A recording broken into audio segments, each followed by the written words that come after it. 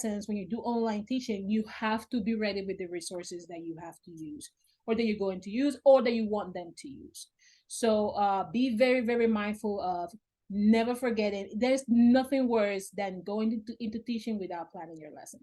So that's the very first thing that people understand and learn when they're reflecting on their own learning styles, is that they have to be ready. And in online version, you have to be ready with everything that you're going to need.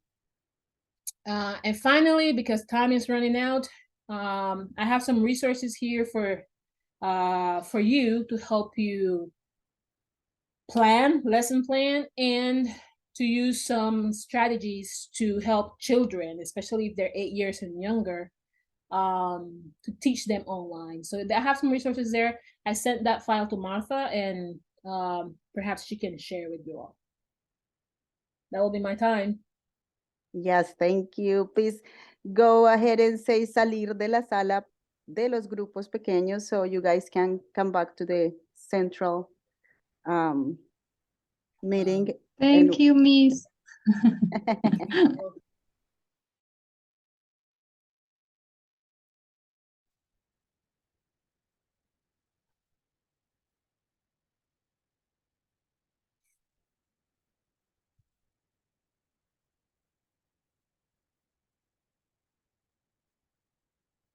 What happened?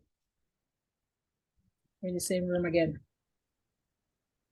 I don't know, Marta. Help. I help. Wait, I help. wait. Maybe the people are not here yet. The other people.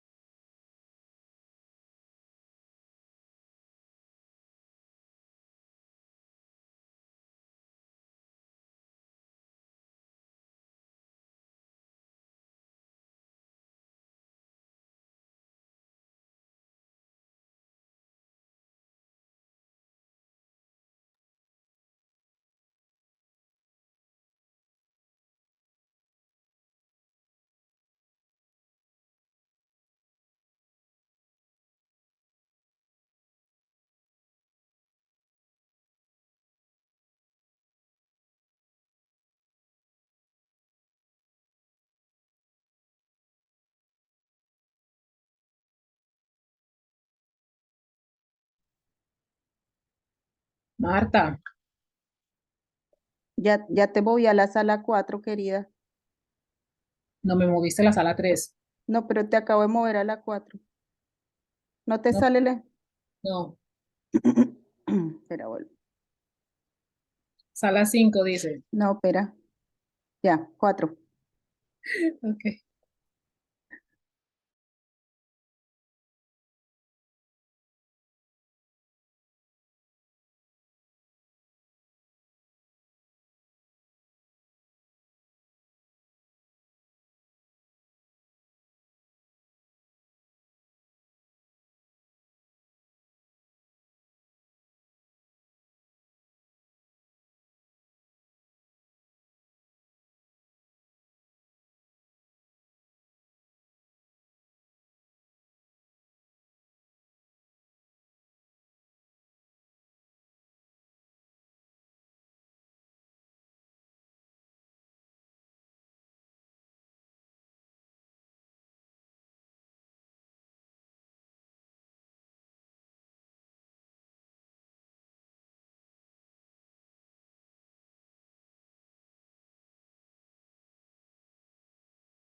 To add, let me put it here.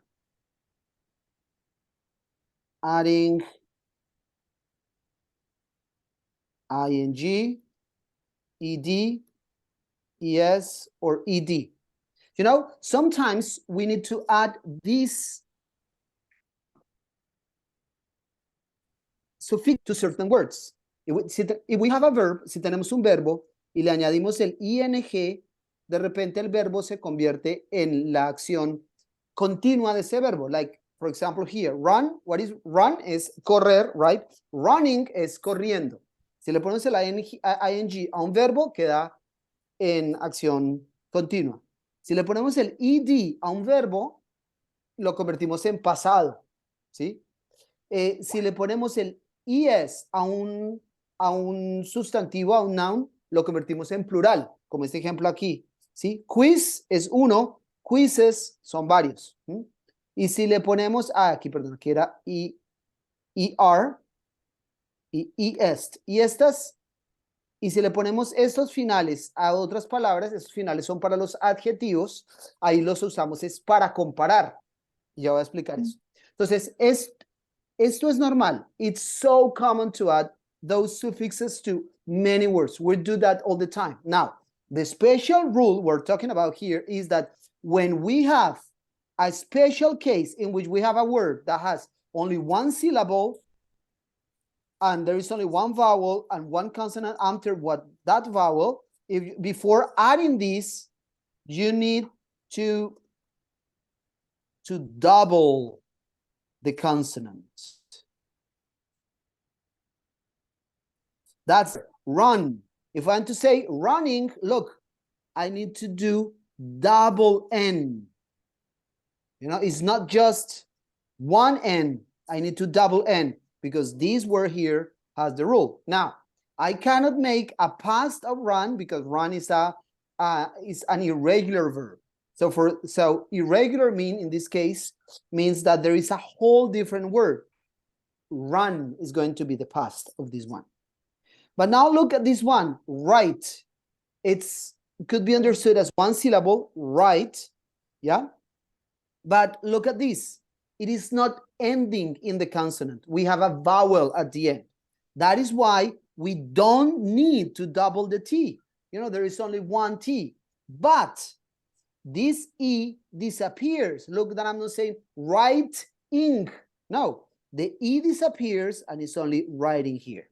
But write is also an irregular verb, and instead of say write it, we say wrote. Yeah, with the regular verbs, you need to use a whole new word. The same with eat, eating. You know, we don't double the T because we have two vowels here. So it's, yeah, and this is a regular verb. The past of eat is ate. But look at this one. This is a really interesting one. A stop. What is a stop? What does it mean? Parar. Parar. Detenerse. Okay. Is one. Let's go to the rules here. Just one syllable. Stop. Just one vowel. The O.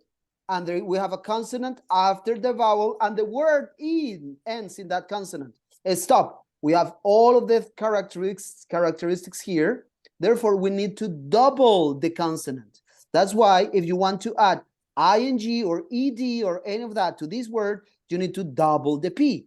Stopping, you know, or and stopped is a regular verb. Es un verbo regular, meaning that all you need to do to turn it into past or past participle is to add the ed. But before adding the ed, we need to make sure to double the p because it is within this special category. Now, quiz. Quiz is a noun. Yeah, that's why quiz is going to be multiple. Here we double the C. You may see, but look, we have U and E. That's two vowels. But in Spanish, you know, because here this is a single sound. Qui is the sound what matters. Yeah, quit. That's why we're doubling the C here. Go, you know, is one syllable, but we don't have a consonant after go. That's why just go going directly. We don't need to put a double any word, any letters here.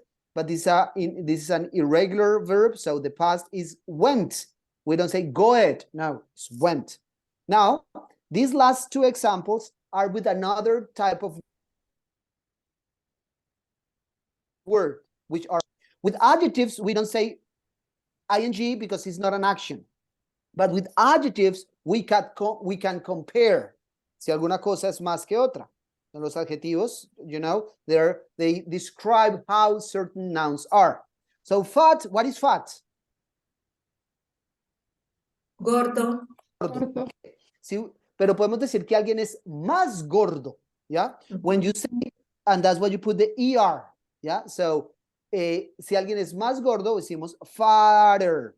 But in this case, this is the perfect rule, ¿ya? Is EFAT, one syllable, one vowel, one consonant after the vowel. So therefore, más gordo, I need to, before putting the ER, I need to double the T. And here, Julio is fatter than John. Julio es más gordo que John.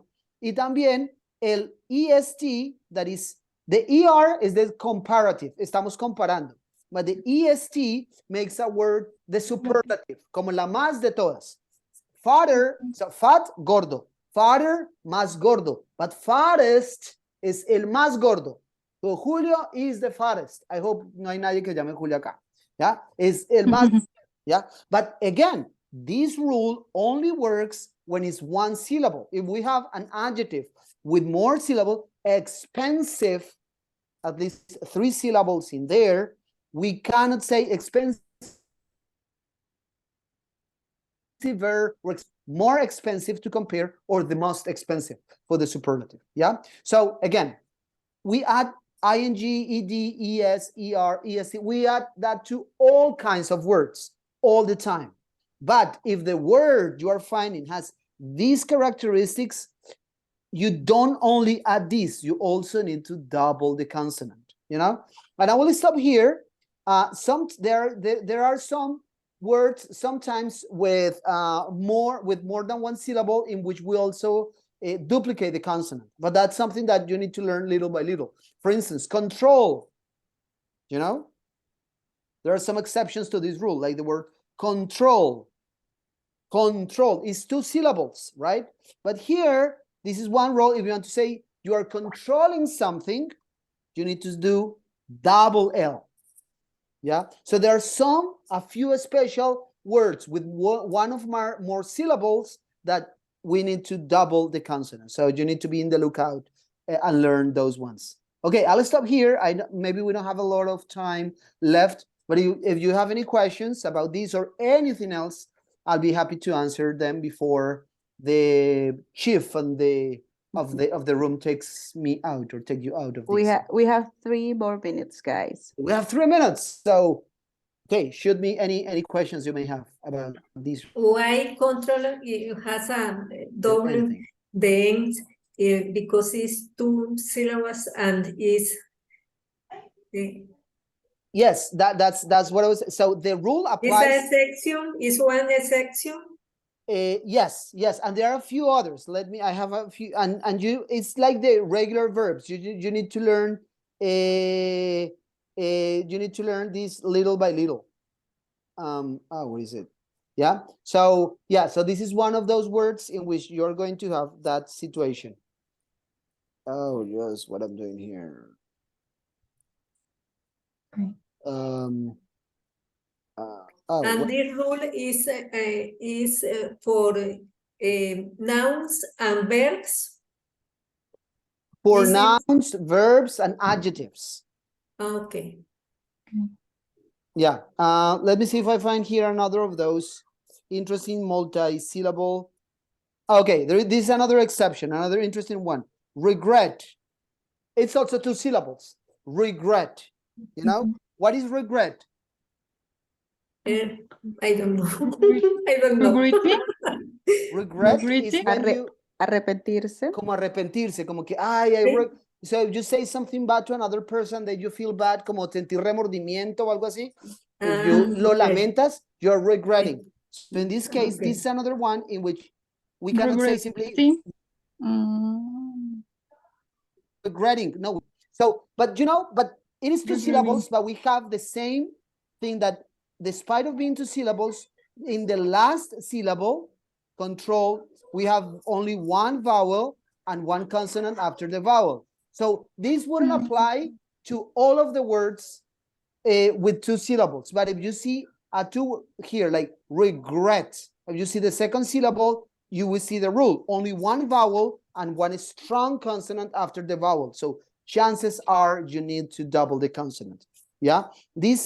So with a 1 syllable word, you need to apply it for every word. With 2 syllable words, you need to be a bit suspicious and just learn which words you will need to be using this. One rule of thumb in this case is if the stress of the word, si el acento de la palabra is over that syllable, you need to double it. So control, is the accent, the stress. No, control is control. So controlling, regret, regretting, so it's so you have that strong stress in that 1 syllable. So it could be multiple syllables, but you have that one thing. Okay, any other questions? I mean, the best example, the best advice I can give you with this is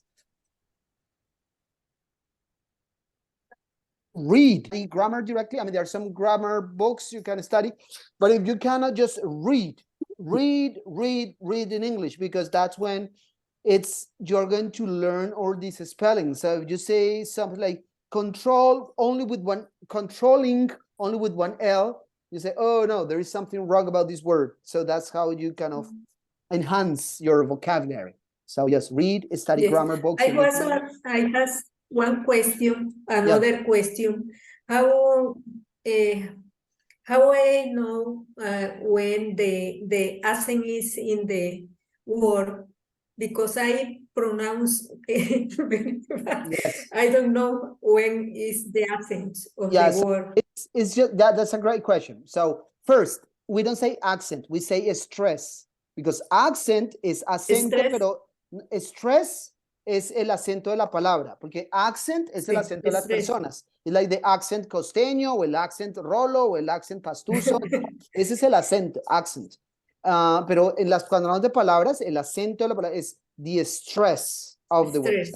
Entonces, no, in general,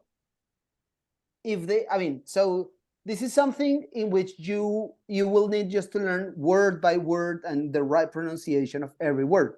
However, there are some patterns, hay ciertos patrones. For instance, if you have a long word, like 90% of the time, a long word, the stress will be at the beginning of the word. So look at this word here. Yeah. If you have a long word like this, we're not going to say chocolate. No. Chocolate es un choco que llegó tarde. No, aquí we say chocolate. Oh, se fue la gente. Listo. Okay, ciao to them.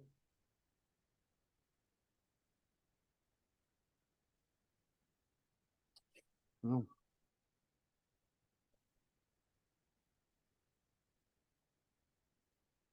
Me mandas otras personas acá al grupito, simplemente las Ya espero. te las mandé. Bueno, eso es.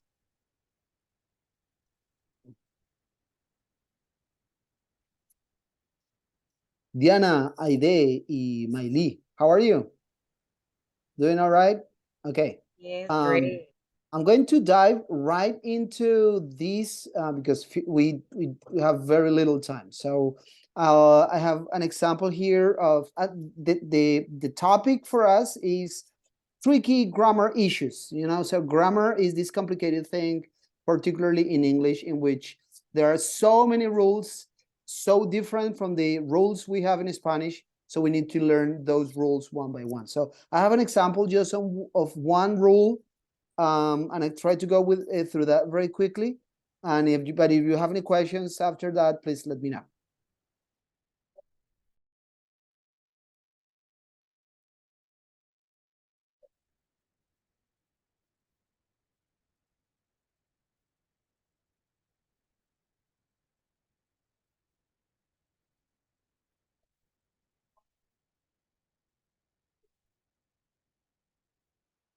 Communicating with the confused student. And then the final one, and hopefully we have time to get to it, is communicating with a difficult or upset coworker. Okay, we ready?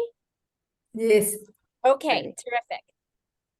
So in terms of some things that you'll want to consider, one thing is accessibility. So we need to be able to recognize that students come into our classrooms with lots of different experiences, life experiences. They come from different backgrounds. They have different needs, and students also have a number of different learning styles. So you want to make sure that you're thinking about all of these things as you're preparing and as you're communicating whatever the lesson is. And you want to communicate with students in ways that you're going to hope will reach the largest number of students. And so a couple of things that I tend to think about here are realizing that sometimes, and this is why I have the slides for you, it's best to offer both something spoken for the students who are really good at hearing and learning, and then for other students who might be visual learners, it's good to give them some kind of visual aid to connect to. You also want to think about clarity. So thinking about your speed of communication, for instance.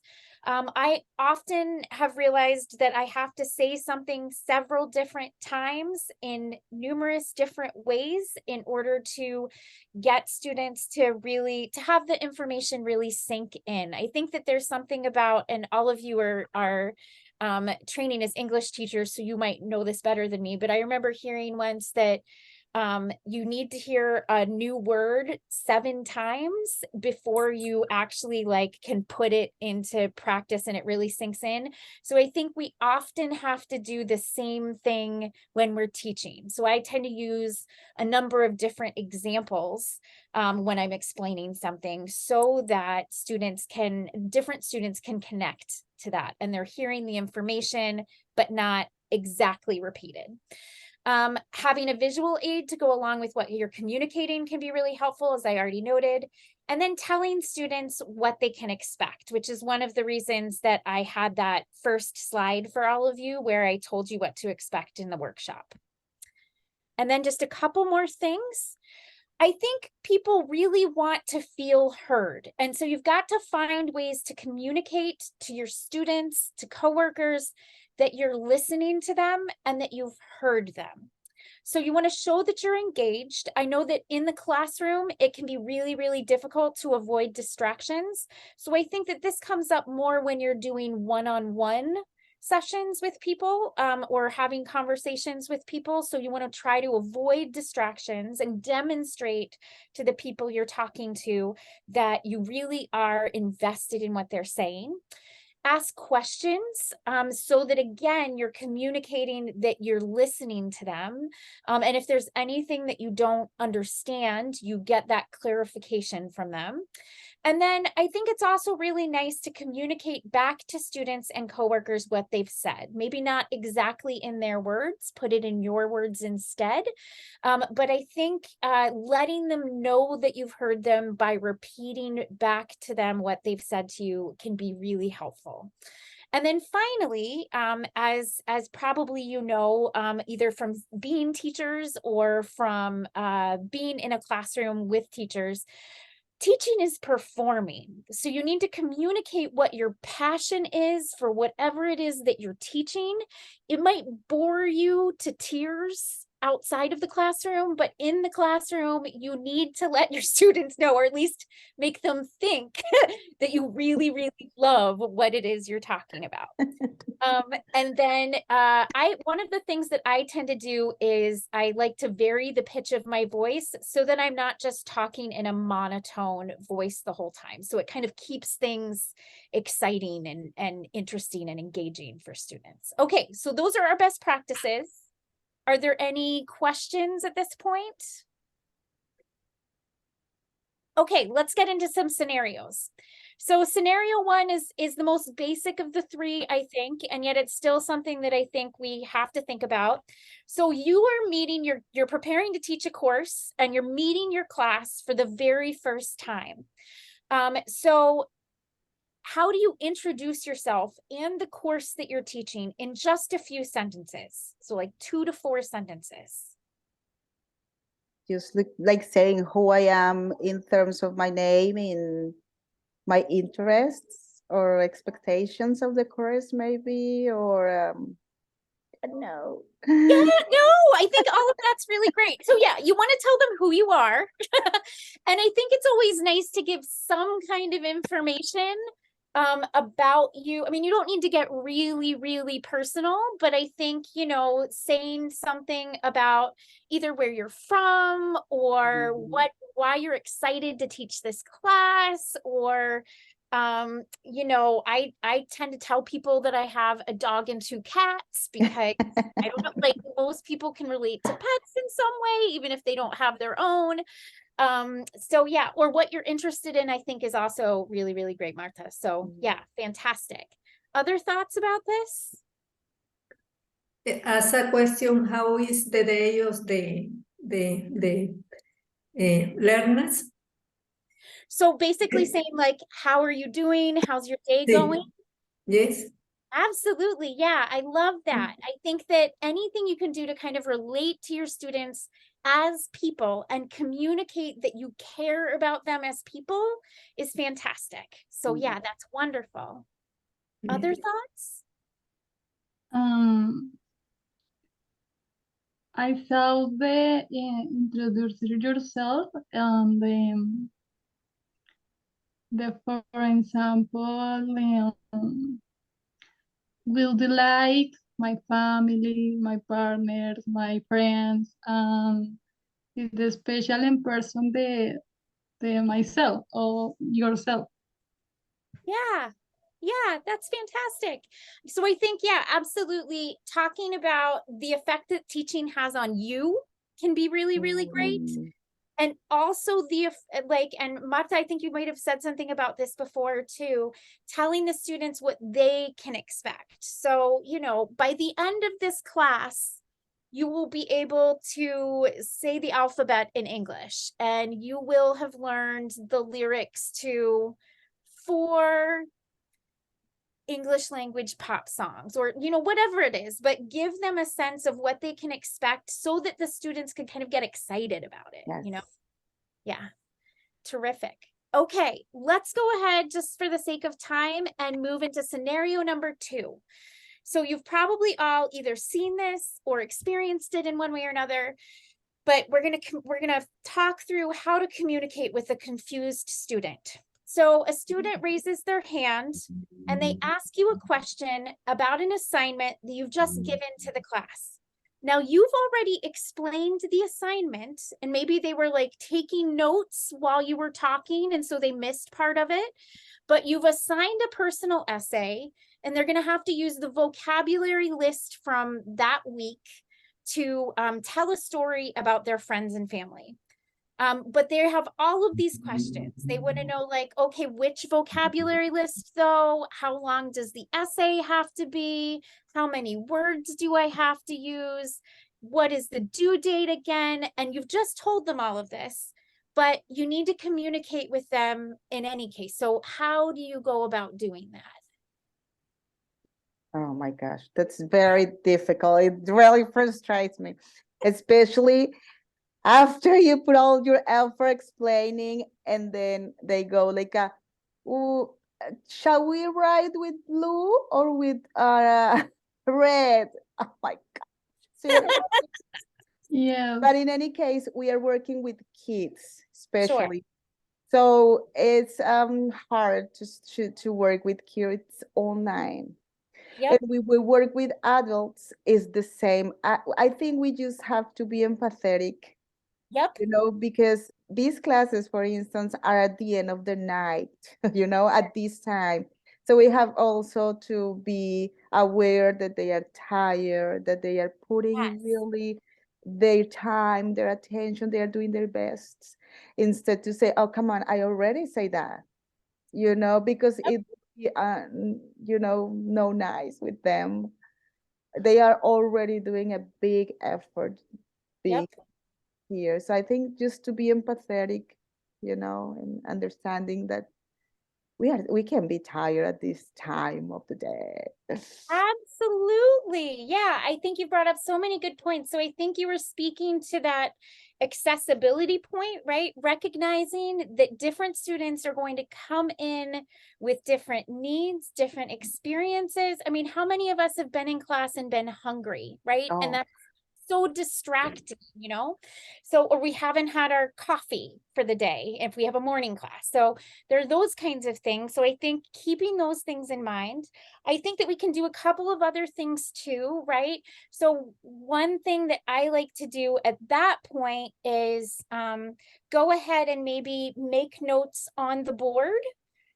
So that's one thing that you could do and say like, okay, just as a reminder, the essay is 100 words, and you're going to use the vocabulary. You need to use 10 vocabulary words. So kind of write it out so that they have that visual aid to go along with what you've just said. And then if somebody's in the middle of taking notes, they can just look up at the board and kind of take them down, right? And then another thing that I would say is you can always ask your students, like ask the class as a whole, like basically test the class's comprehension. So, okay, everyone, like, let's say Powell wants to know what the due date is. Does anybody remember what the due date is? And have another student in the class answer.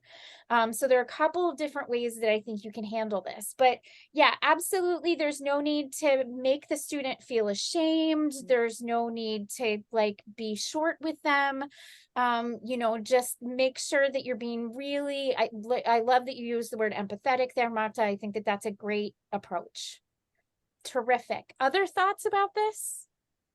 Yes, the confusion students is me too. With Marta, because it's different on the adults and the kids. Because in my opinion, I feel the kids is very funny. It's very It's fun. funny. It's very It's fun to bold. work with them. Yeah. Yes. Is very very interesting for your situation. That's small. And the adults is very and the expression, the formal and the other vocabulary. And in my opinion, I have the school in Colombia.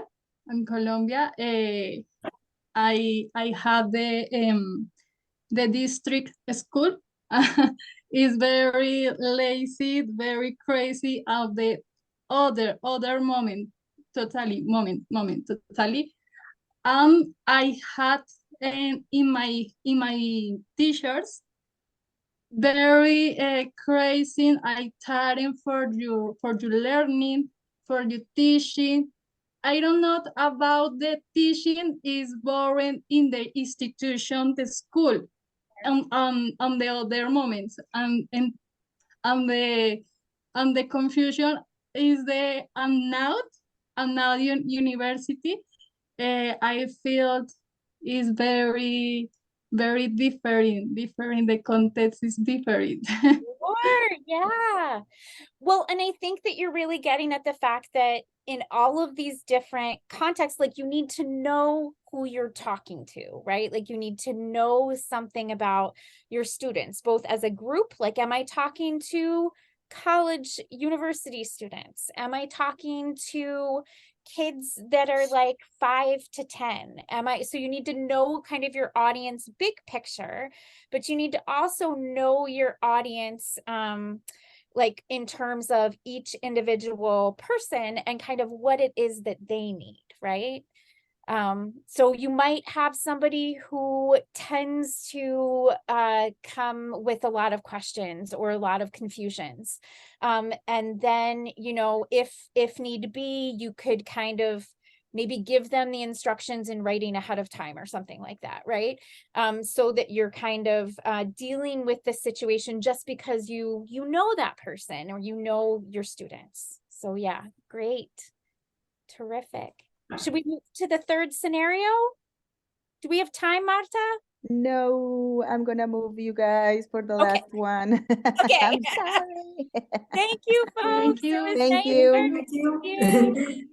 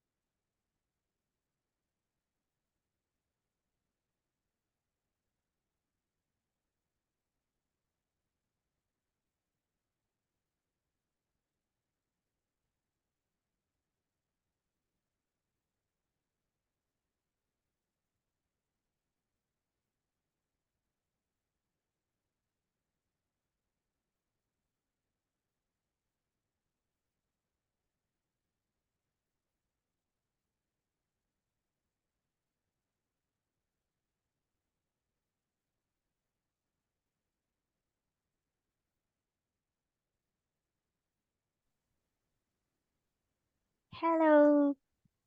Hi. Oh, Hi. Hi. Hello. Hi. good evening. Hello. Nice How to are meet you. Nice to meet all of you. How are you doing? I am very happy today. Good. I'm Yeah, yeah. I'm good. Good. I'm so glad to hear that everyone's doing Wait. well. So I'm going to go ahead and just jump in because we only get 15 minutes together. But to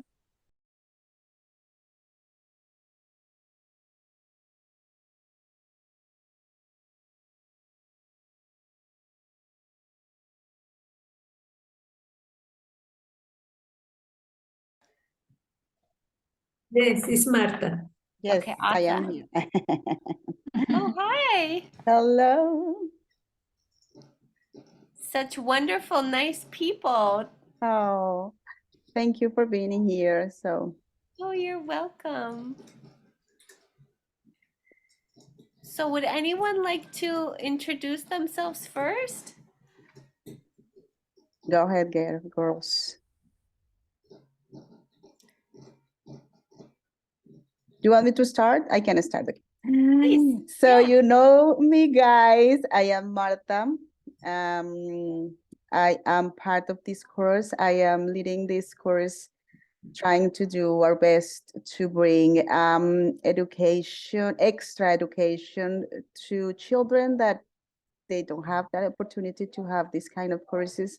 And we are doing it through Fundación Amigo Ángel.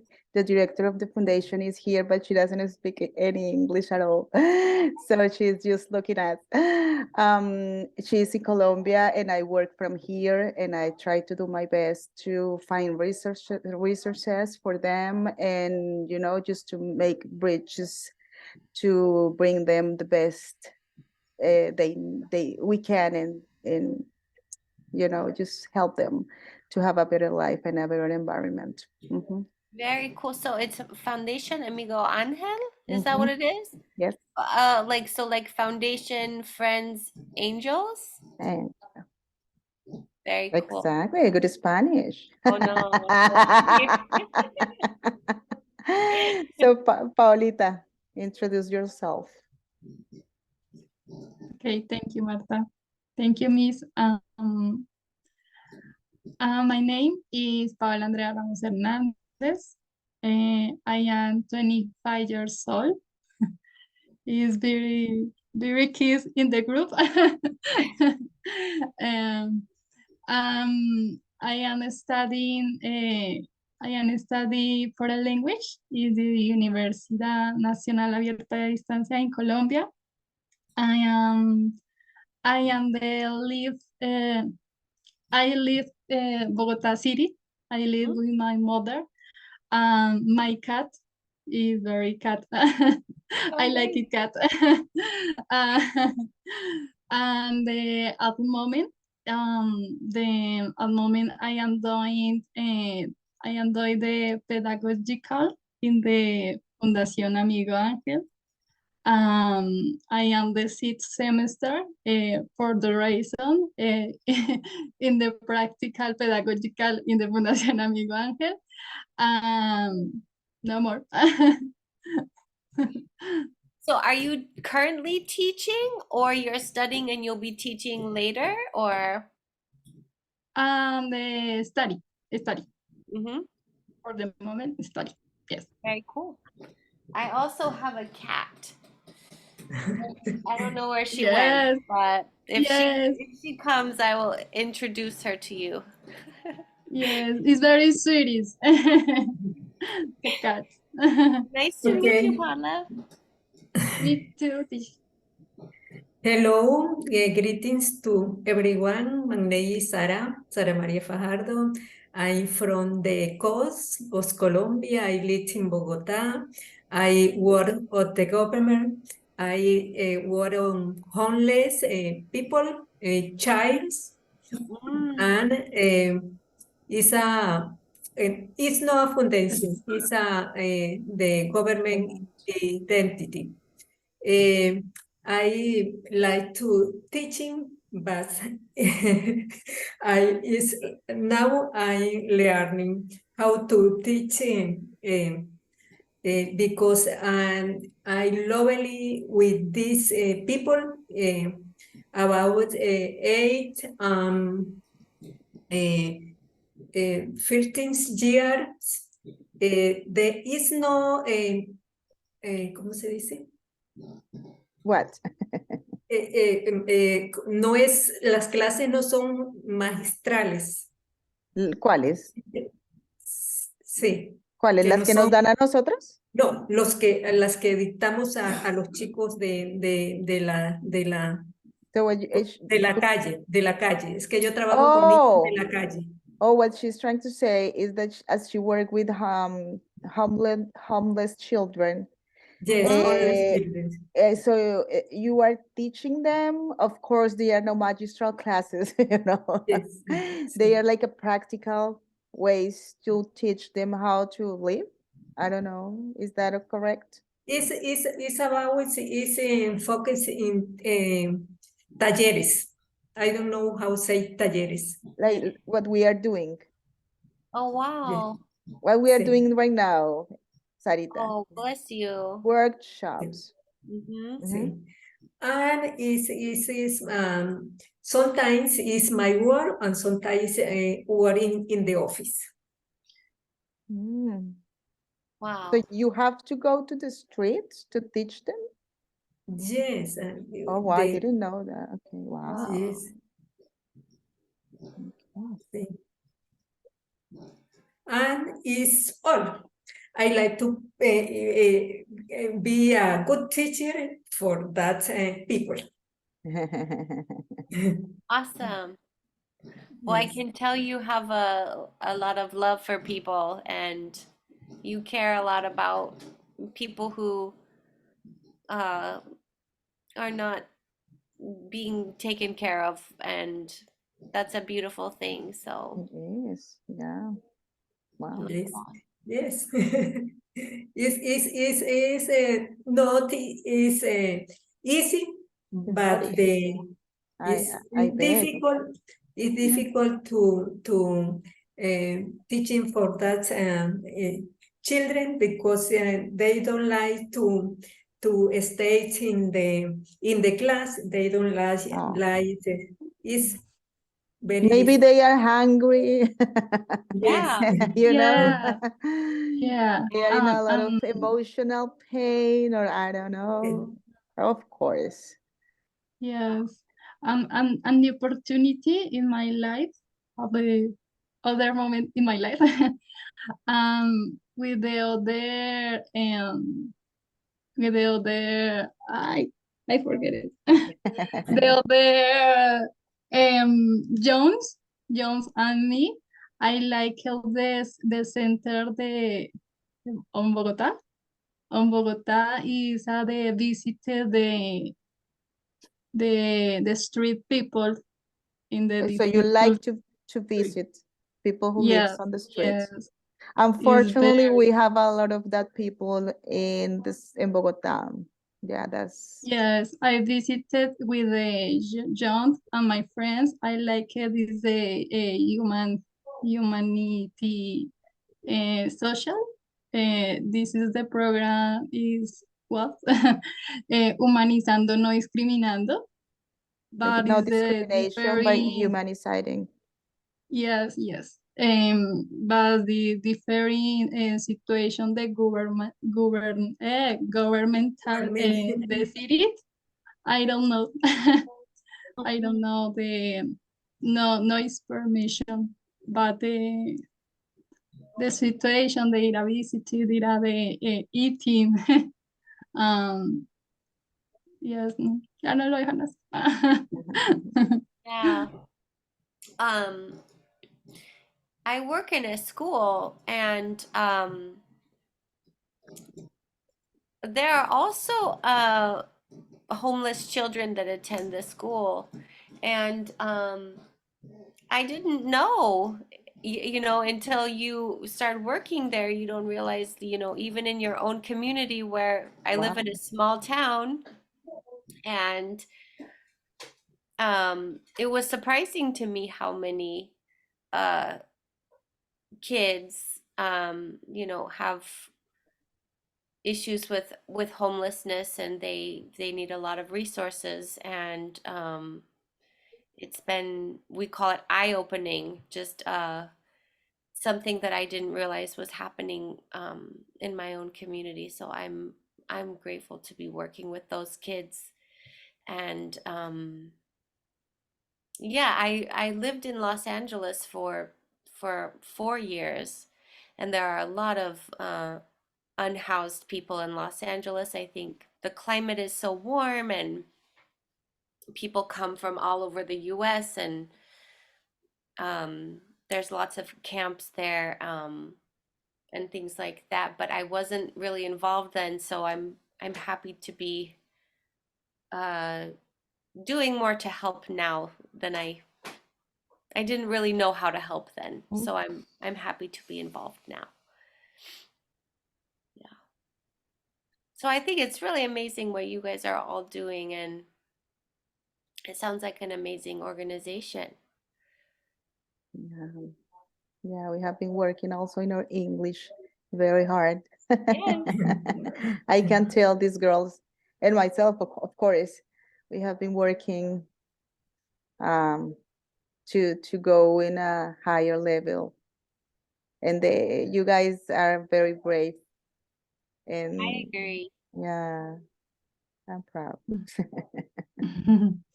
It's a lot of work. I I admire it. Yeah, it takes a lot of courage to uh, learn the skill because you can't automatically be at a high level. You have to work to get there. So And they don't have the environment.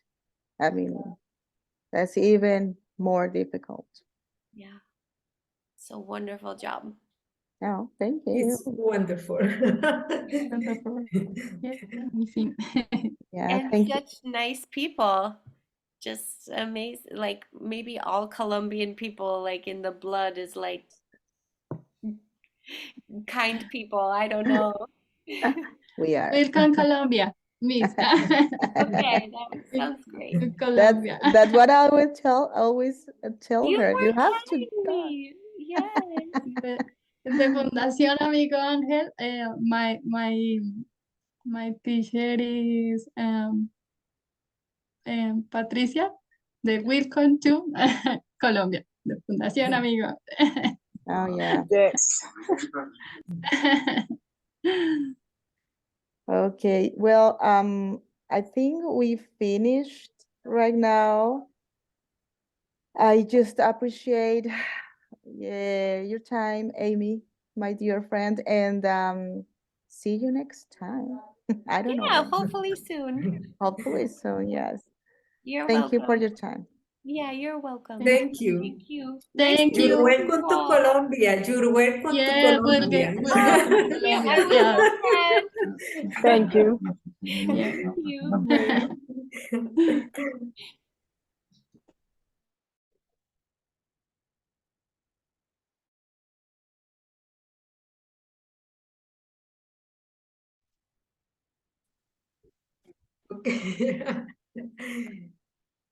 ¿Ya nos vamos? ¿O Sí, señora, ya nos vamos. Voy a ir entrando a los Good otros, night. Okay. a los otros Thank you, grupos. Marta. Bueno, Nosotras será aquí ya. sí, ya. You are dismissed. Thank you, Marta. Bye bye. Bye.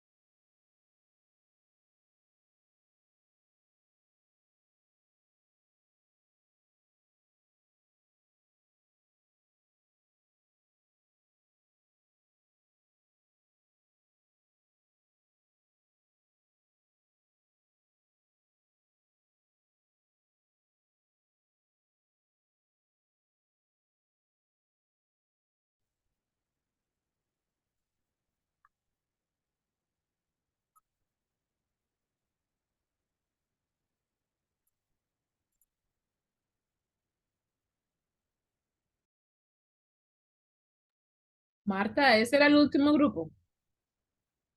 Sí, querida. Oh, okay. And then how are we doing with time? ¿Cómo vamos con el tiempo? Yeah, I think we did very good job with that. Thank you so much, my friend. Oh. Yeah. Yo no tuve tanto en cuenta el cambio, pues, entre pasarlos de una sala a otra y eso me pasó. Yo tenía planeado terminar 10 minutos, hace 10 minutos, pero bueno, gracias por la paciencia. Thank you, Marta. Thank you, thank you. You It's are a really very great welcome. idea. It's very helpful for all of us. We really do need it. I know. Yes, yes, yes. It know. was very important for us as students of the UNAD. It was very, very important, very helpful. Thank you for your teachers for all the support they gave us today. The information was really what we needed. Thank you. Yeah, no, Okay. thank you to all of you and for your time and your No, kindness. We really do appreciate all you guys teach us today. We record that because we want to keep that and look it again as much as we can because you guys, it's amazing in how in such a short time you guys just gave us like a lot of tools that we have to work on. Thank you so much. No, thank you to the Fundación Amigo Ángel. Yeah, Thank you too. for supporting us. Thank you for being there for all of us always. Jill, thank you. Sergio, thank you. Shelly, thank you. There is another one that's missing. I don't see her, but Amy. thank you. Amy, she's We she's know that very you're all there to support us too. We appreciate that very much. Hope to see you all again. Yes. Yeah, that would be amazing. Like, thank you so much for your time. Thank you, Marta. Thank you, Sergio, because I know, like, without you, we wouldn't have this time. Like, so thank you so much. Like, I feel, I don't know, like, blessed, somehow. Yeah. You share two things very important. Time and knowledge are very, very, very important. So thank you a lot for making the things happen. It's my favorite sentence, making happen. And thank you, really amazing exercise. And Marta, of course, because without those aren't will be possible, are impossible. Oh my god. But thank you a lot. We got it. Sure, we got it. Yeah, sure thing. See you Thanks a guys. lot, Marta. You are a great leader for us. Thanks for this time because maybe any of us or just a few of us have the opportunity to share with native speakers, and those special native you find also Shelly and Sergio, they are amazing for the time, as the other mentioned. That is, if we are going to look for a cost, for us it would be very expensive to pay that time and knowledge. So as we don't have that, we are very grateful with you. So thanks a lot. And Marta, but you are winning the path to the heaven. Eso dice Sergio. Sergio says the same. every All night. time. It's very, very, very weird. Oh, I'm kidding. Okay. A stairway to heaven. That's right. Friends, I love you so much and see you next time. Bye. Merry Christmas. Bye-bye. Thank you again.